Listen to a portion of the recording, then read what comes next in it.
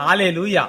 പ്രിയപ്പെട്ട സഹോദരങ്ങളെ, വിശുദ്ധ യോഹന്നാന്റെ 1-ാമത്തെ ലേഖനം 2-ാം അധ്യായം അതിന്റെ 15, 16, 17 തിരുലിഖിതങ്ങൾ.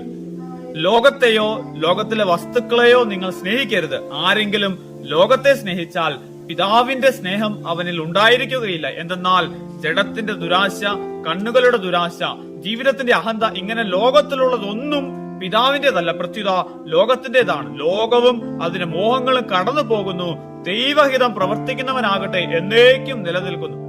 ഇവിടെ സഹോദരങ്ങളെ, ലോകത്തിന്റെ മോഹങ്ങൾക്കനുസരിച്ച് ജീവിക്കുന്നവർ, ജഡത്തിന്റെ ദുരാശ, കണ്ണുകളുടെ ദുരാശ, ജീവിതത്തിന്റെ അഹന്ത, ഇങ്ങനെ ലോകത്തിന്റെ മോഹങ്ങൾക്കനുസരിച്ച് ജീവിക്കുന്നവർ എന്നും മറഞ്ഞു പോകും, അവർ അസ്തമിച്ചു പോകും, അവരുടെ പേര് തന്നെ മാഞ്ഞു പോകും. എന്നാൽ ദൈവഹിതം അനുസരിച്ച് ജീവിക്കുന്നവര് അവർ എന്നേക്കും ഓർമ്മിപ്പിക്കപ്പെടും, അവർ എന്നേക്കും നിലനിൽക്കും. പ്രത്യേകിച്ച് വിശുദ്ധരുടെ ജീവിതമൊക്കെ പരിശോധിച്ച് നമുക്കറിയാം, അവരുടെ ജീവിതം എന്നും നിലനിൽക്കുന്നുണ്ട്, അവരെ നമ്മൾ ഓർക്കുന്നുണ്ട്.